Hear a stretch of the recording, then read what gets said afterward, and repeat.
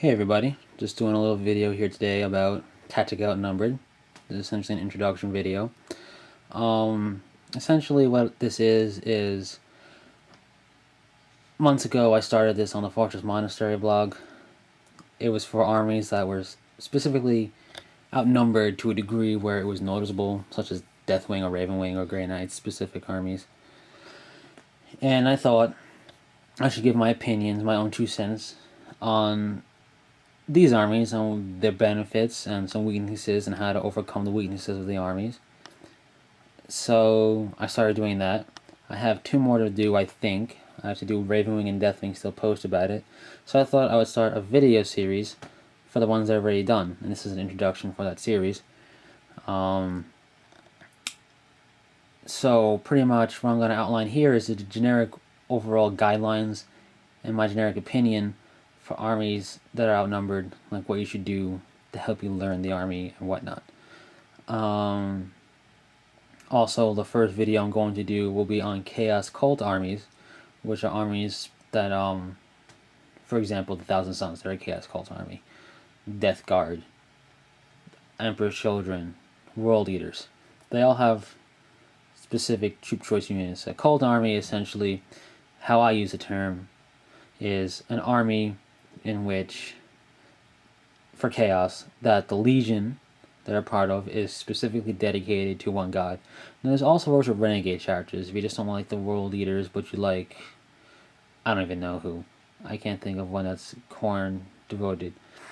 Sons of Malice, maybe, I don't know. It was same thing, same principle. They're devoted to a specific god. It's not just Chaos Undivided or Chaos Glory as it's called now, but a specific god. So you would feel Thousand Sons as troop choices and nothing else.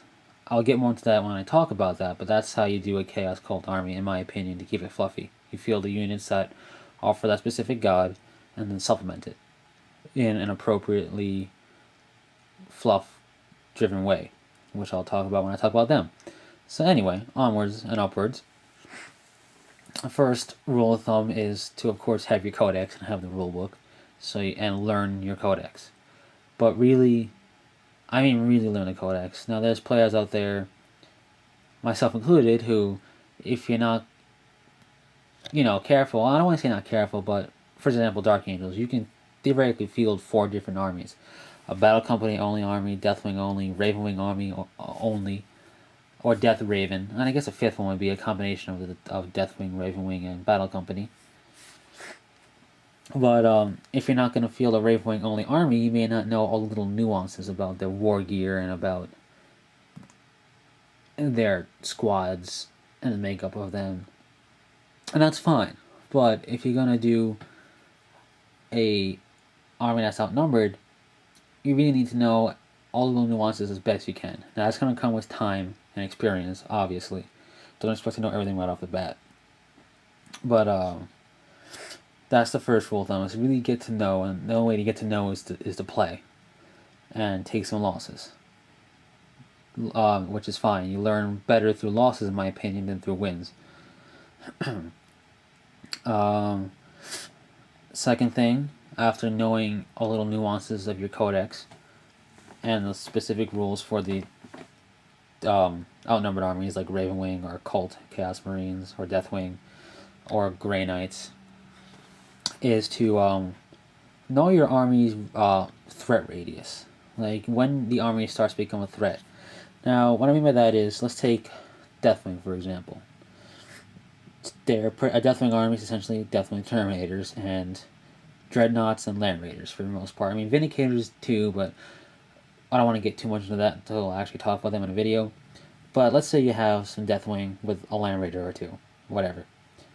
You can start hurting the enemy at 48 inches because of the last cannon. However, the army's true threat radius doesn't really start until 24 inches because of their Stormbolters and other weapons like the assault cannon. Yes, the missile launcher they can get is 48 inches as well, but the true threat of the army isn't until 24. That's when, essentially, if you field an all-shooty Terminator squad, that's when you start bringing the hail of gunfire down on the enemy. That's what I mean by knowing your threat radius. Thousand Sons, same thing. Now with Grey Knights, and their threat radius again starts around 24 because they have Storm Bolters as well, but their threat radius goes all the way into the assault because they're also good in the assault.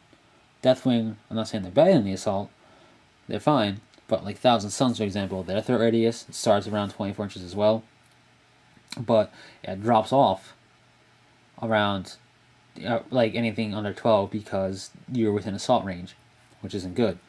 Essentially, or you will be in assault range soon.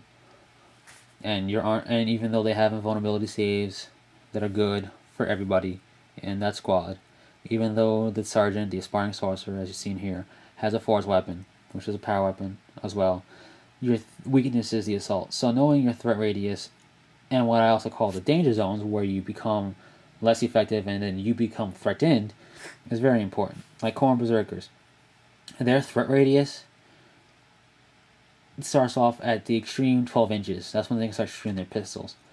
But really, the threat radius is 6, because you don't want to be within 12. You don't want to end your movement 12.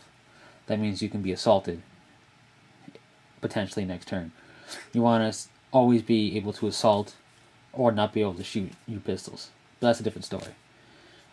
So, knowing your threat radius is important, and knowing your danger zones are important.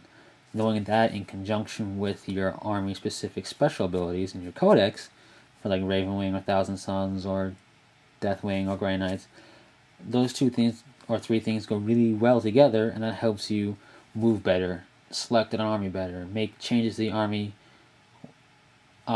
better, for lack of a better word. I said better a lot, didn't I? Anyways, and that's all going to come with time and experience. So like I said, the very first thing is prepare to lose.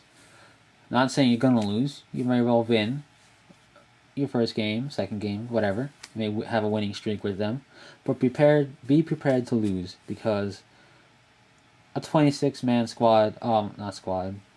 army, which Deathwing are roundabouts with armored support, is going to be hard-pressed to plot a win if on your very first game with them against like a 100-plus Tyranid Horde or Orc Horde. It's just going to be difficult. Also, these ideas I talk about, knowing your specific codex rules and nuances, and knowing your threat radius and danger zone, work for outnumbered armies as well. It works very well for Horde armies. It works very well for any army, really, because once you know these things, you can better play your army.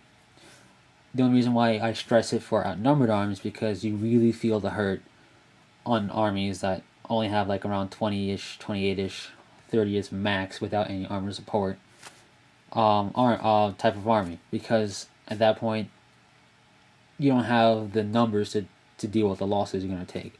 And that brings me to my final point with all outnumbered armies, is each model on the field is essentially sacred, for lack of a better term. Chances are the majority of them are going to be troop choices, especially because of 5th edition with troops being important, or I should say scoring units being important. So chances are you're going to have the majority of that, or at least half the army being that, and the elites you're going to have are going to be even more expensive than that. So it adds up quick, especially with Grey Knights and Deathwing. So be prepared to realize that you can't just say, oh, I lost a squad, no biggie, because that squad could literally be a fifth of your army, which is huge. So really learn about your army's threat zone and danger zone, especially if you're playing an outnumbered army, and especially if you're new to that outnumbered army. So yeah, other than that, I'm going to do the next video on Tactica Outnumbered on the Chaos Cult Marines, and pretty much to give you an idea of what I'm talking about, it's going to be them, then eventually Grey Knights, Space Marine, Bikes armies, then Ravenwing, and then Deathwing. And if I've left out anything, I'll touch upon that at the very end in another video. So yeah, expect a video for each. And until then, take it easy.